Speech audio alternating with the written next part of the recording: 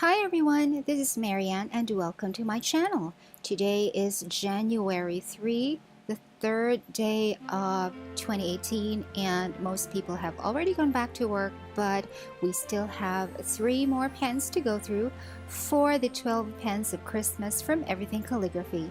It is still technically the 10th day of Christmas, so there's still a little bit of holiday vibe going on. Today we are going to have a look at the Nemosine Fission fountain pen, which comes in this plain white cardboard box, and it has the Nemosine brand on the corner, and on one side of the cardboard box it has the nemosine.com website, and then on one end there is a sticker that says Fission gunmetal M, and that is exactly the pen that we have for today. Inside the box we have the pen, and we also have a tiny Ziploc bag that has ink cartridges that I will show you later, and then a piece of paper that has a little bit of information about the pen. And the paper says that the pen has a 3-year guarantee, and every one of the pens includes an unconditional warranty for 3 years. And even if the issue was caused by user error, if within 3 years you have any flow issues, you can send the pen back to Nemosine and they are going to take care of it. On the other side of the same piece of paper, there are just some instructions on how to fill the pen and how to clean the pen. And the pen itself came clipped to this plain white piece of cardboard. And this is the pen that we are going to look closely at today. As mentioned earlier, the pen is the Nemosine or Nemosine Fission fountain pen. It is a very dark gray color called gunmetal, and it's a very glossy, shiny pen. The finial is like a short dome, and the pen has silver trim. The clip is pretty plain, but it has that letter N engraved at the top of it, and the cap has a silver band around it, but I will show you later what's unusual about the design of the cap. And on the blind cap there is a silver thread. Now the pen unscrews, and I thought that those 2 silver bands are on the cap, but it turns out one of the bands are on the cap, but the other band is actually on the barrel of the pen. And the nib was damp, I think because somebody tried out this pen before to test it or to prime it, and then they rinsed it out and then dried it, but it wasn't dried completely, but that's perfectly okay. It doesn't cause problems in fountain pens at all. The nib is pretty. It has that engraving on there that looks like a butterfly. I think it's cute. This is the very first time that I am seeing a butterfly design engraved on a fountain pen nib. And the underside of the nib just has the regular fins. Nothing special about the underside of the nib, but the nib is pretty. It's silver. The pen is made of metal, so it's quite heavy. The cap of this pen screws on and off, and around the blind cap there are silver threads, and that is what we use to post the cap onto the end of the pen, because even the cap is made of metal, so it's extremely heavy, and the threads are there so that if you write with the cap posted, the cap is not going to fall off. I myself prefer writing with a cap not posted because my hands are so small, but we're going to try it both ways today. So let's make some measurements of this pen. The pen, when capped, is 14 centimeters long. Uncapped, the pen is 13 centimeters long. And with the cap posted and actually screwed onto the threads around the blind cap, the pen is 17.5 centimeters long. And the pen is made completely of metal. Even the section that you see there, the silver one that I am holding, is made of metal, so it is very, very heavy. But it doesn't feel like it's going to topple over the back of my hand. When I release the grip, the pen stays put in my hand. So I think this pen has very good balance. And because I have very tiny hands, it actually feels a lot more comfortable writing with it with the cap unposted. As you can see, it is actually a normal sized pen. It's not too long, it's not too short, but it will really depend on what you're used to, and it will depend on the size of your hands, whether you are going to write with this pen with the cap posted or unposted. But if you decide to write with it with the cap posted, there is the added security of screwing the cap onto the threads around the blind cap. So I think you are going to appreciate this added feature of the pen. To test out this pen, I am using my Midori MD-A5 notebook, which I also purchased from Everything Calligraphy, and I reviewed this notebook in my channel, and I will leave the link down below. But first, of course, we are going to fill this fountain pen with ink. I really like looking at the nib of this fountain pen. It's really quite pretty. The butterfly, if that's what it is, it lends sort of like a feminine touch to the pen. And inside the pen, it already has a converter, and it's just a pretty straightforward converter with a transparent reservoir. And the pen also comes with 6 short cartridges, but we are not going to use that because we are going to use my bottled ink.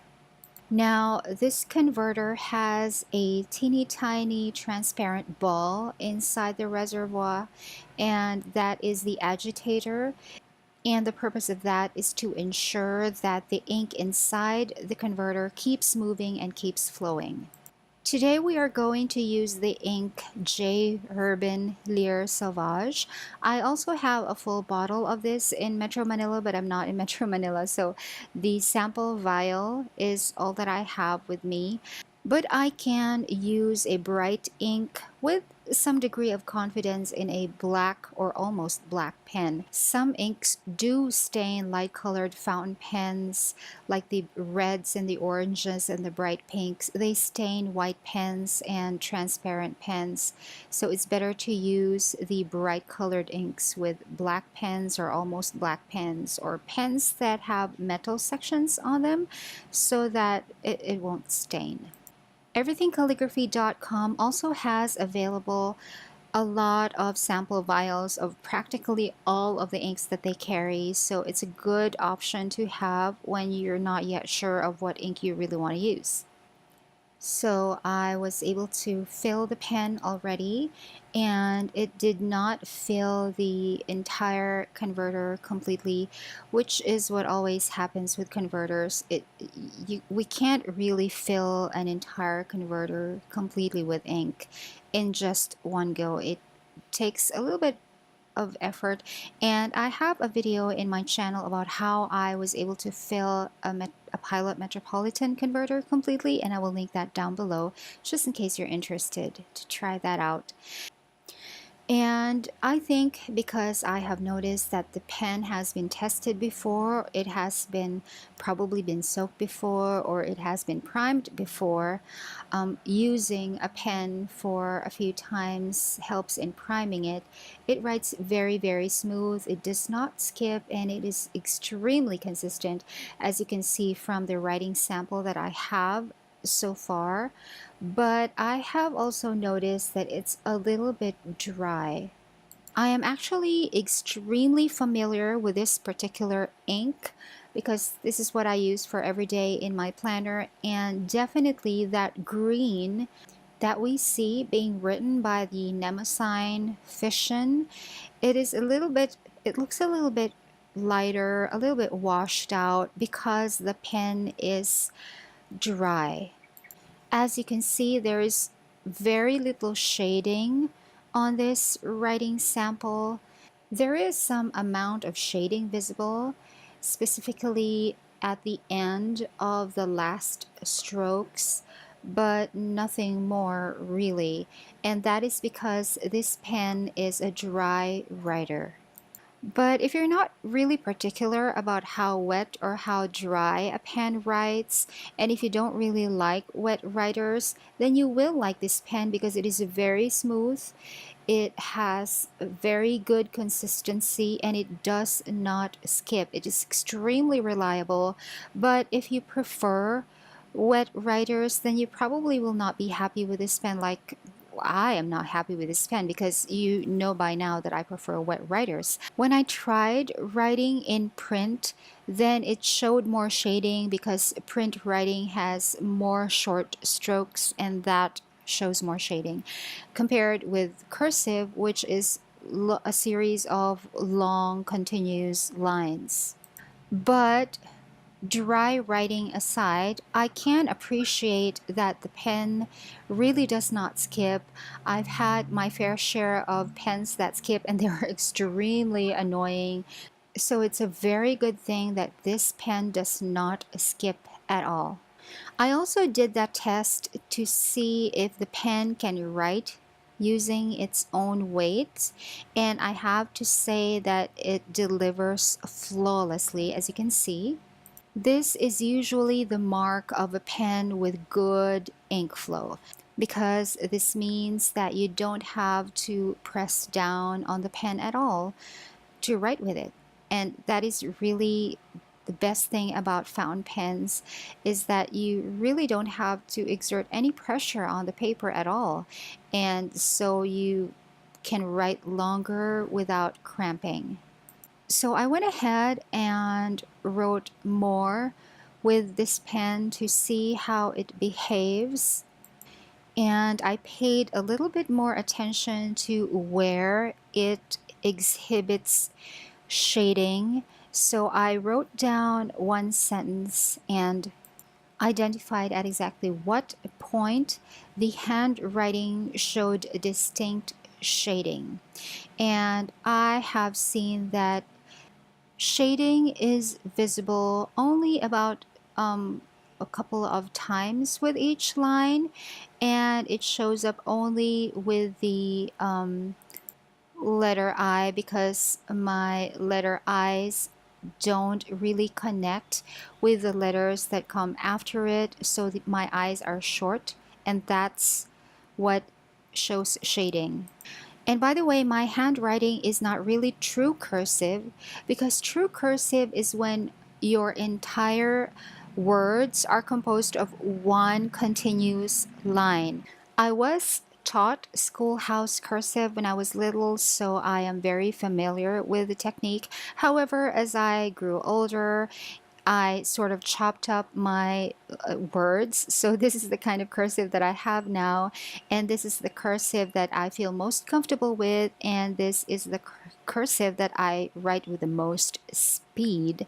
But if you write with the traditional schoolhouse cursive and you prefer shading when you're writing with fountain pens, you will not see much shading with this pen. Nevertheless, as you can see by now, it has not skipped yet and it has remained consistent. So I think that it is a very reliable pen. It feels very solid in the hand. It is not going to topple over the back of your hand like the lighter pens sometimes do. The pen has very good balance and you can write with it unposted, and even if you post it, the cap is going to be very secure.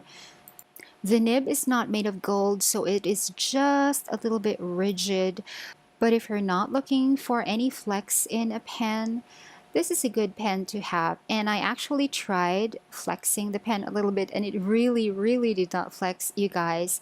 And if a pen is not a flex pen, it is best not to press down on the nib to try to make it flex because we can probably spring the nib or destroy it.